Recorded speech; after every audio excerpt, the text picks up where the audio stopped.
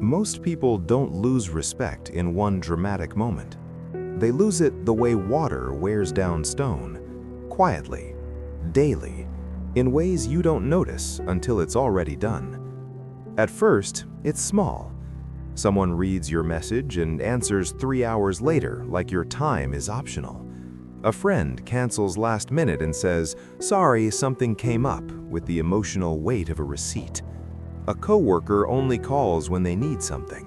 A relative jokes at your expense and watches your face like they're testing how much they can get away with. You feel it before you can explain it, because respect doesn't disappear with a warning sign. It fades like warmth leaving a room. One day you realize you're not being hated, you're being handled. You're being treated like someone who will always understand, always forgive, always adjust, always make it easy. And that's exactly why they don't feel nervous losing you. This is the part nobody says out loud. Modern culture teaches you to be good, be positive, be empathetic, be open, be kind. And kindness is good until it becomes your identity, until it becomes the only thing people associate you with. Because in the real world, kindness without structure becomes access, and access without cost becomes entitlement. People don't always disrespect you because they're evil. They disrespect you because you trained them, slowly, by making everything free. Free attention, free emotional labor, free forgiveness, free availability, free second chances. You didn't mean to. You weren't trying to be weak. You were trying to be decent. But decency without boundaries doesn't make you noble. It makes you convenient. And convenience is not respected. Convenience is used. That's the dark side of today's world. A lot of people are performing kindness while playing power games underneath it. The loud ones perform confidence. The insecure ones pretend they're unbothered. The manipulators use good vibes language to escape accountability. And the soft-hearted people, people with real empathy, get drained because they keep giving to people who never earned it. Here's the brutal truth. Respect is not a moral reward. Respect is a psychological reaction. People respect what has gravity. They respect what doesn't bend too easily. They respect what can walk away. They respect what doesn't need their approval to breathe. This isn't about becoming cruel. This isn't about becoming a bully. This is about becoming the kind of person people think twice before crossing.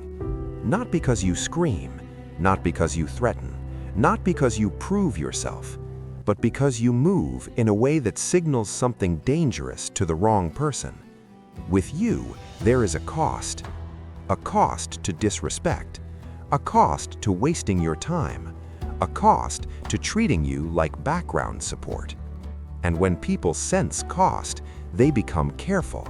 They choose their words, they check their tone, they reconsider their jokes, they stop taking you for granted. That's not fear, that's structure, and structure creates respect. Most people never learn this because they confuse two things. They think being liked is power.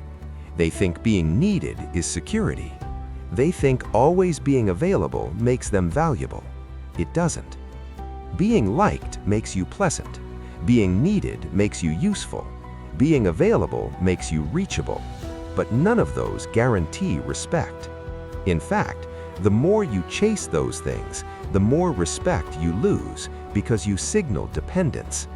And dependence is the fastest way to lower your value in someone's mind. Because the moment people sense you need them to like you, they own you.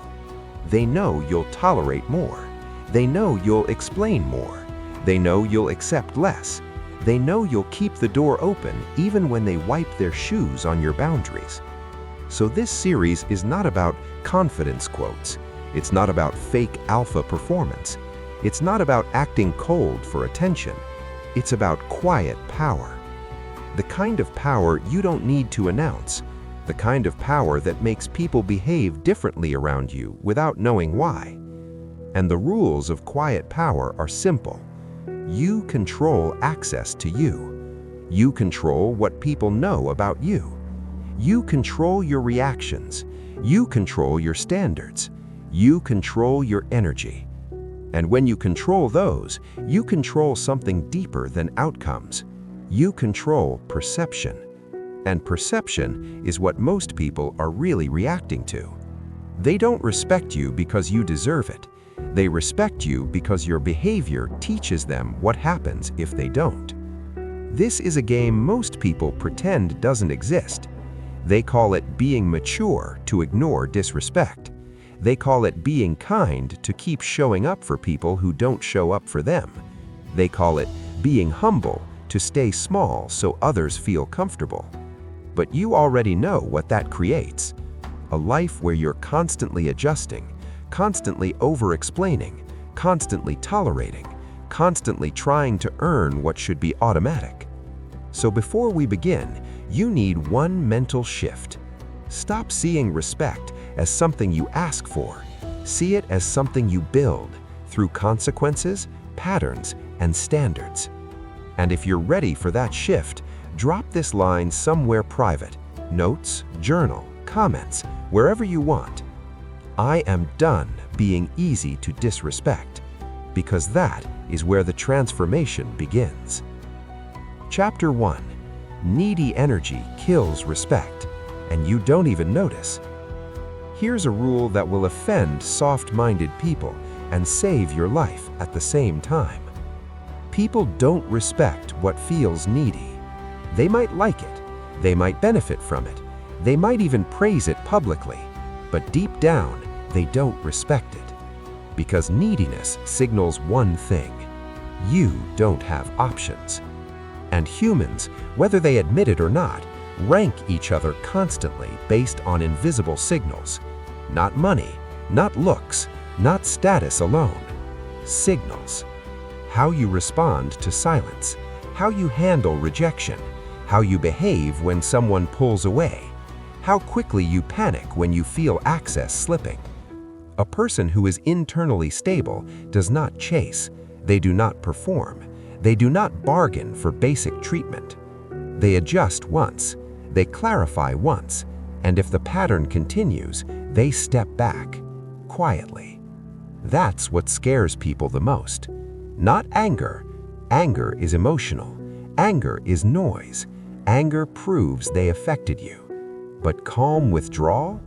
Calm withdrawal says, I don't need this. And that is the most threatening message you can send in a world where everyone is trying to secure attention. Most people do the opposite. They feel the respect slipping and they rush to fix it. They send longer texts. They add emojis to sound friendly. They explain their intentions. They apologize when they didn't do anything wrong. They offer favors to buy closeness back. They call it communication, but what it looks like from the outside is fear of losing access. And the moment someone senses you fear losing them, the balance changes. Because humans are animals with language. We dress it up with morals, but the wiring underneath is old. If someone thinks you need them more than they need you, they unconsciously lower your value. They don't do it because they're demons. They do it because your behavior told them they can. This is why some people get treated like royalty without trying. They aren't necessarily better. They just have one trait that creates gravity. They don't move like they're afraid. They don't beg for clarity. They don't chase closure. They don't demand reassurance. They don't try to be understood by people committed to misunderstanding them. They have a calm, take it or leave it energy. And here's the shocking part. They can still be kind. They can still be warm. They can still be generous. But their warmth is not a free public resource. It's selective. It has gates. And gates create value. Think about it. A restaurant with no line doesn't feel important. A club that lets everyone in doesn't feel exclusive. A product that's always on sale doesn't feel premium. So why would your attention be different? Why would your time be different? Why would your forgiveness be different? When you give everything instantly, people don't see love, they see availability. And availability becomes something they assume. You might be thinking, but I don't want to play games. Good. This isn't about games. This is about psychology. There is a difference between being authentic and being accessible. Authentic means you're real. Accessible means people can reach into your life whenever they want. And if anyone can reach into your life anytime, your life stops feeling like yours.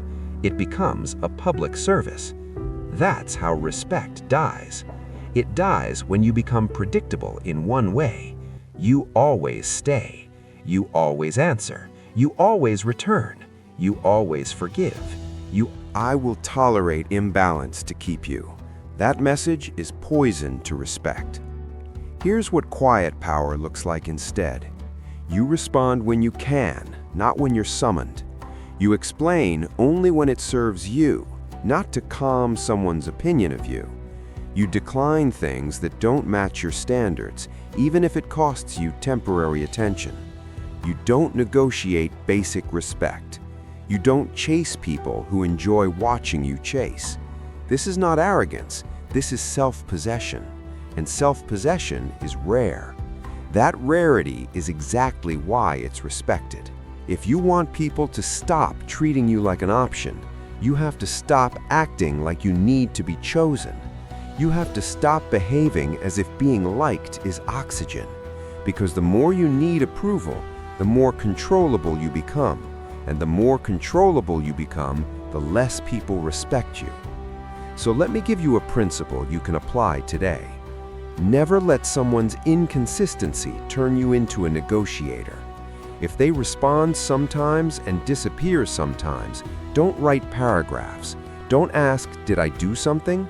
Don't chase clarity like a starving person chasing crumbs. Match reality, not hope. If they cancel, you don't punish them. You don't sulk. You simply adjust your access. They move down the list, not in anger, in structure. That is what grown power looks like. And yes, it will feel uncomfortable because you are addicted to being understood. Most soft people are. They don't just want respect, they want people to see their heart. But here's the truth. Your heart is not an argument. Your intentions are not protection. Your kindness is not a shield. If you want respect, you must become the kind of person whose life cannot be entered casually. And that begins with how you handle one thing, the moment you feel someone pulling away. Most people panic. Quiet power does the opposite. Quiet power becomes still. It observes. It lets the other person reveal their priorities. And if the pattern is clear, it withdraws without begging. That is the first lesson. Because when you stop chasing, something interesting happens.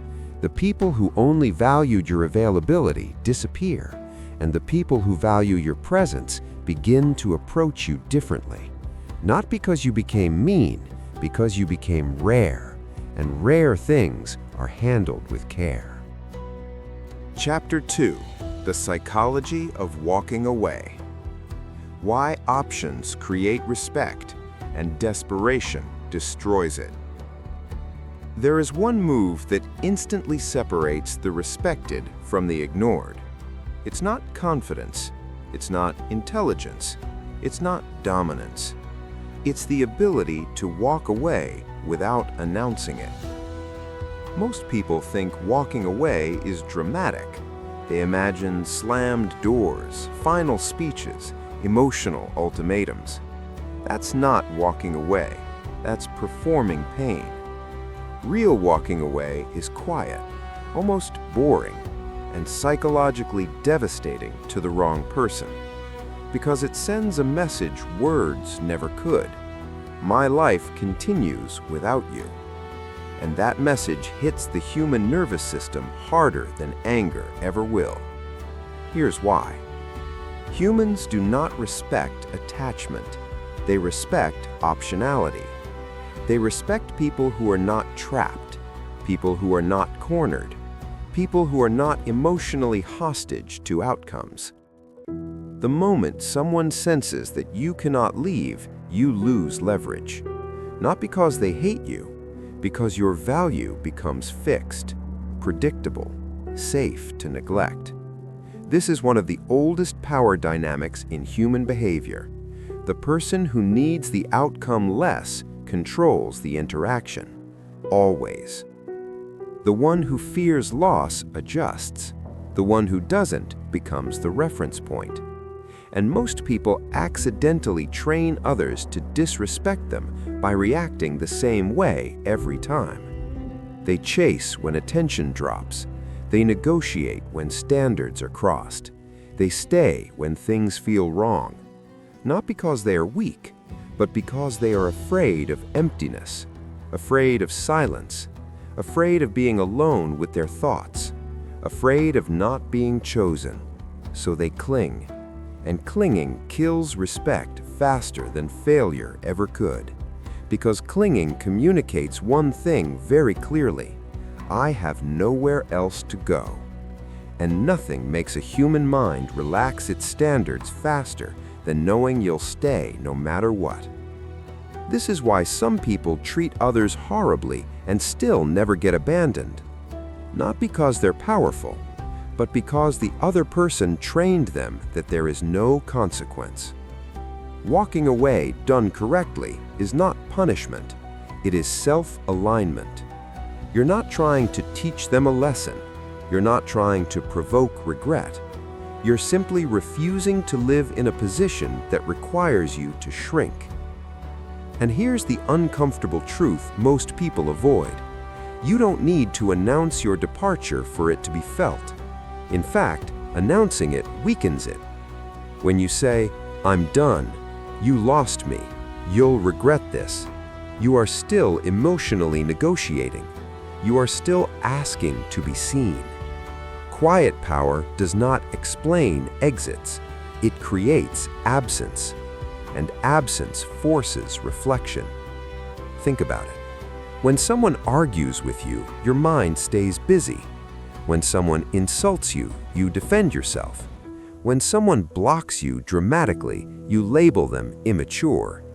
But when someone calmly disappears, no anger, no explanation, no closure, your mind fills the silence with questions. What did I miss? Did I misjudge them? Why didn't they fight? Why didn't they try harder? That uncertainty creates weight. And weight creates respect. Most people are so used to being chased that they confuse persistence with value. They think, if you cared, you'd fight. But psychologically, it's the opposite. If someone can leave without drama, they signal, I am not dependent on this dynamic for my identity. And independence is magnetic. This is why people with options are treated differently, even when their options are invisible. You don't need to show alternatives, you just need to behave like you have them. Calm, unrushed, unpressured. You don't scramble to fix things immediately. You don't collapse when someone pulls away. You don't chase reassurance from inconsistent behavior. You let reality speak. And when reality shows you imbalance, you adjust. Not with anger, with distance. Distance is not cruelty. Distance is clarity. It removes confusion. It removes false hope. It removes the illusion that someone will suddenly become different because you explain harder. Walking away doesn't mean cutting people off instantly. That's emotional. Walking away means reducing investment when respect drops. Less availability, less emotional access, less explanation, less tolerance. You don't disappear overnight. You fade your energy. And fading your energy does something powerful. It forces the other person to notice the change without you naming it. And now the pressure is on them, not to respond emotionally, but to evaluate, why does this feel different? Some people will step up. They'll correct behavior. They'll become more intentional. They'll show effort without being asked. Those people earn more access. Others won't. They'll complain. They'll guilt trip. They'll accuse you of changing. That reaction tells you everything. Because when someone is upset that you're no longer overgiving, they weren't attached to you. They were attached to your convenience. And convenience is not love. It's not respect. It's access. Walking away filters people without confrontation. It removes users without speeches. It reveals who values you beyond what you provide. And that's why it's so powerful. But here's where most people fail. They walk away emotionally, but not behaviorally. They say, "I'm done," then keep checking messages, keep responding, keep engaging. That's not walking away. That's pretending to have power. Real walking away is behavioral consistency. You don't announce it. You don't dramatize it. You simply stop showing up the same way. And your nervous system will panic at first because you're breaking an addiction. The addiction to being needed. The addiction to being chosen. The addiction to being important in someone else's story. But after that discomfort comes something most people never experience: peace with leverage. You no longer feel the need to convince. You no longer feel pulled to explain. You no longer feel anxious when someone delays or distances, because you are no longer chasing certainty. You are anchored in self-respect. And self-respect creates options, even when you can't see them yet. Here's the key shift. You stop asking, "How do I keep this person?" and start asking, "Does this dynamic deserve me?" That single question reverses the power structure. Now they are being evaluated. Now your presence is the prize. Not because you're superior, but because you are selective. And selectivity is what humans instinctively respect. This is why people who walk away quietly are often remembered long after louder people are forgotten. They didn't argue, they didn't beg, they didn't collapse. They left a gap. And gaps stay in the mind. So if you want to be respected without raising your voice, learn this. Never stay where your absence wouldn't be noticed. Because if someone doesn't feel the difference when you pull back, they never valued you properly to begin with. And walking away from that is not loss, it's alignment. Chapter 3. Silence as Dominance. Why saying less gives you more power than explaining ever will. Most people are afraid of silence, not because silence is empty, but because silence exposes. It removes the mask. It removes the script. It removes the illusion of control. So people rush to fill it. They talk. They joke. They explain. They justify. They defend. They believe words protect them. In reality, words often betray them, because every unnecessary word reveals position. It reveals fear. It reveals need. It reveals intention. It reveals weakness. And once revealed, it can be used. This is why the most powerful people you've ever encountered were not the loudest. They didn't rush to respond. They didn't over-clarify. They didn't compete for airtime. They spoke rarely, and when they did, it mattered. Silence is not absence of power. Silence is power when it is chosen. Most people misunderstand this. They think silence means you have nothing to say. You're intimidated. You're unsure. You lost. That's only true when silence is forced. Chosen silence sends the opposite signal. I am not rushed. I am not reactive. I am not seeking approval. I am observing. and observation creates advantage. Here is a rule you must internalize. The one who speaks first under pressure gives away leverage, because pressure exposes priorities. When someone insults you and you immediately defend yourself, you reveal that their opinion matters. When someone challenges you and you rush to explain, you reveal that you fear misunderstanding. When someone withdraws and you immediately reach out, you reveal attachment. Silence interrupts that pattern. It breaks expectation. And breaking expectation destabilizes the other person, not you.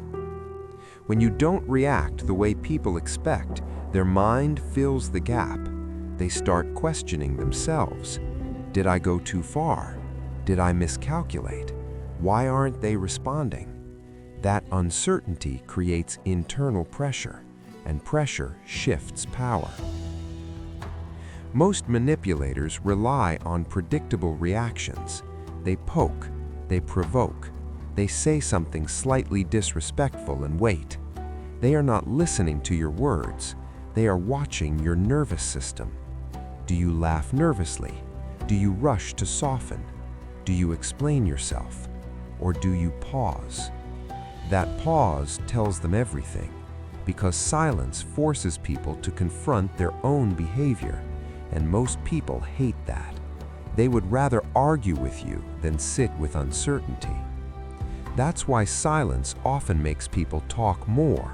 They over-explain, they justify, they reveal motives, they contradict themselves, all while you say nothing. And now the information imbalance shifts. They've exposed their position. You've revealed nothing. This is not manipulation. This is restraint. And restraint is rare, which is exactly why it is respected. Let's be precise. Silence does not mean ignoring everything. Silence means not reacting emotionally in real time. It means you don't answer immediately. You don't match intensity. You don't explain yourself to hostile energy. You don't fill space to relieve tension. You allow discomfort to exist. And here's the uncomfortable truth. People respect those who can tolerate discomfort, because tolerance signals strength. Weakness rushes to relieve tension. Strength allows tension to breathe. That's why calm silence in conflict feels heavy. It says, I am not afraid of this moment. When someone challenges you publicly and you pause, calm, steady, controlled, the room feels it. The challenger suddenly becomes visible. Their aggression stands out. Their tone feels louder. Their intention looks exposed. And without you saying a word, they start losing ground. Silence turns the spotlight without effort. This is why many people soften their stance after a pause. They rephrase, they backtrack, they add, I didn't mean it like that. Not because you attacked them, but because you didn't give them an easy release. Silence denied them emotional resolution, and unresolved tension makes people uncomfortable, so they resolve it themselves. Now let's talk about silence in daily life. Most people over-communicate because they want to be liked. They think, if I explain myself, they'll understand. If I talk more, they'll see my intention. If I clarify, conflict will disappear. But explanation is not power. Explanation is defense. And defense places you lower in the hierarchy. Not morally, psychologically. Because the one who explains assumes the role of the one being evaluated. Quiet power refuses that role. You do not owe everyone access to your internal world. You do not owe everyone reassurance. You do not owe everyone clarity. You owe yourself composure. Silence protects composure, especially when emotions rise. Anger wants to speak.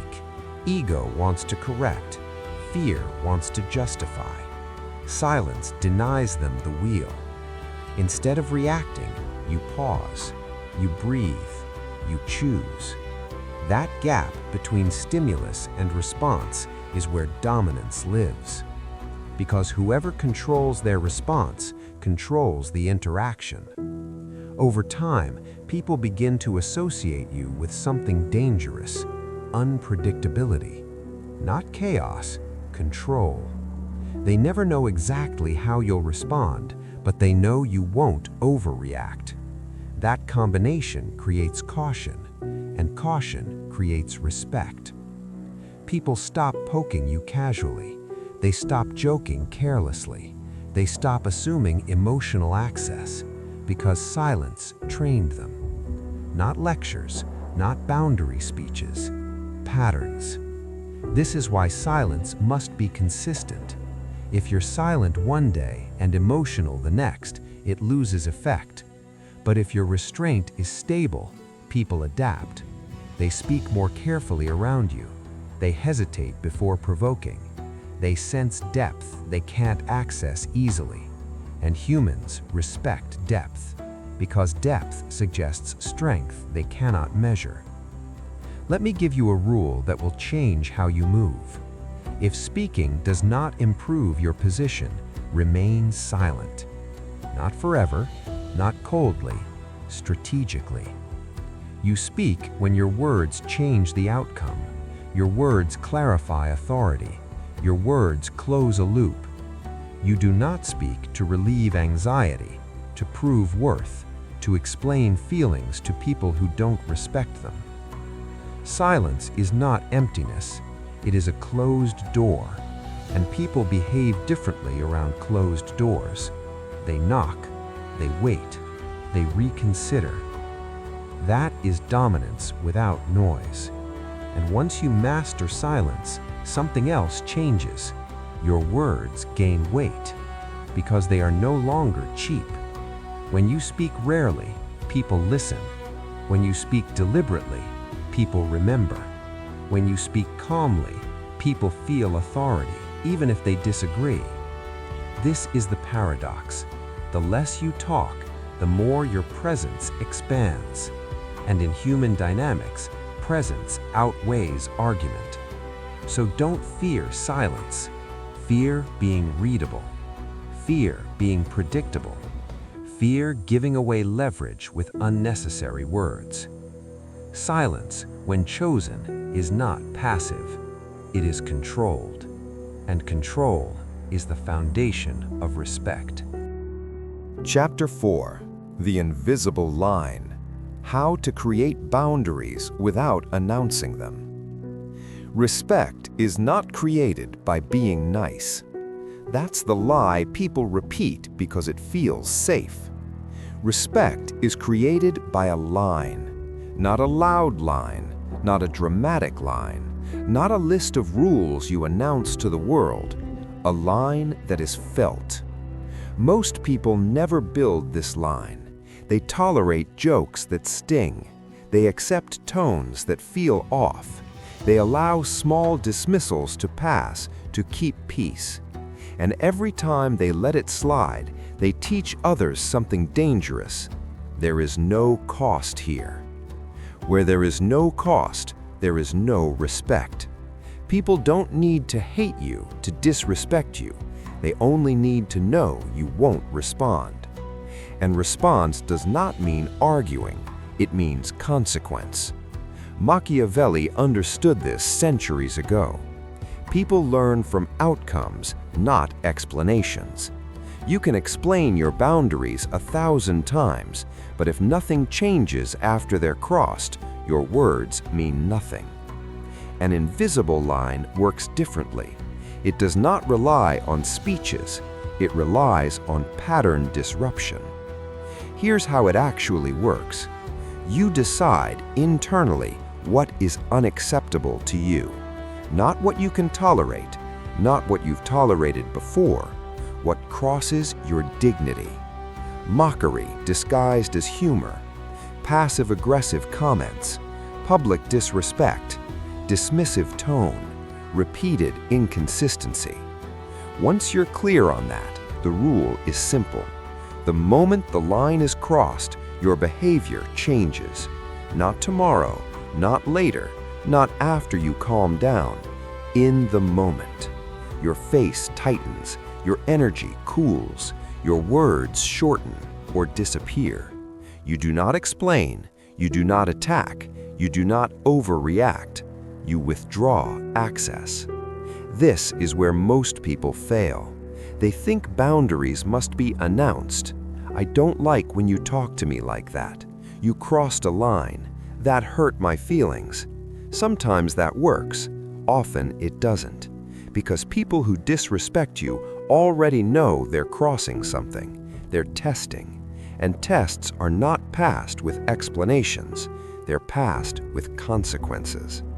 When someone makes a joke at your expense and you laugh along, you reward it. When someone disrespects you and you stay warm, you normalize it. When someone crosses you and nothing changes, you confirm it's safe. An invisible line removes that safety. Suddenly, the atmosphere shifts. The same person who felt relaxed now feels distance. The warmth they enjoyed disappears. The access they assumed is gone, and they don't know exactly why. That's the point, because now they are uncomfortable, not you. And discomfort creates awareness. They start replaying the moment.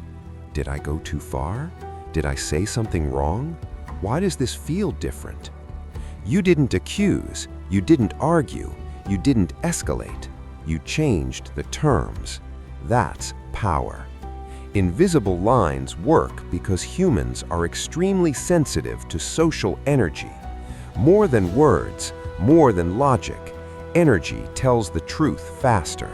And when someone senses that their behavior caused a change, they learn, not intellectually, viscerally. This is why calm withdrawal is more effective than confrontation. Confrontation gives them something to fight. Withdrawal gives them something to lose, and loss creates caution. Caution creates respect. Now, let's be clear. This is not passive aggression. Passive aggression hides resentment. Invisible boundaries are clean. You're not punishing. You're not sulking. You're not trying to make them feel bad. You are simply closing a door. Not forever, but enough for them to feel it. People who respect you will adjust. They'll soften their tone. They'll apologize without being asked. They'll become more careful. People who don't respect you will complain. They'll say you're cold, that you've changed, that you're too sensitive. That reaction tells you everything, because anyone who benefits from your lack of boundaries will resist when you grow one. That doesn't mean you're wrong. It means the line is working. Here's an important distinction. You are not building walls. You are building filters. Walls keep everyone out. Filters let the right people stay close. Invisible lines filter behavior. They separate those who value you from those who exploit tolerance. And over time, something interesting happens. People begin to sense your edge. Not fear, awareness. They joke differently around you. They speak with more intention. They hesitate before crossing. They may still be relaxed, but not careless. That's the sweet spot.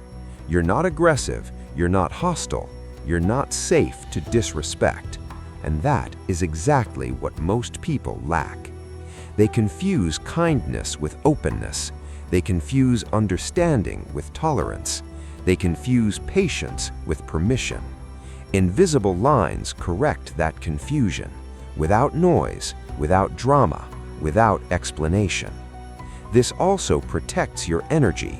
Instead of storing resentment, you release it immediately by withdrawing. Instead of exploding later, you respond calmly now. Instead of carrying anger, you carry clarity, and clarity is lighter than rage. The goal is not to scare people. The goal is to teach them how to treat you. And the best teachers don't lecture, they demonstrate. So remember this rule. Every time your line is crossed and nothing changes, the line disappears.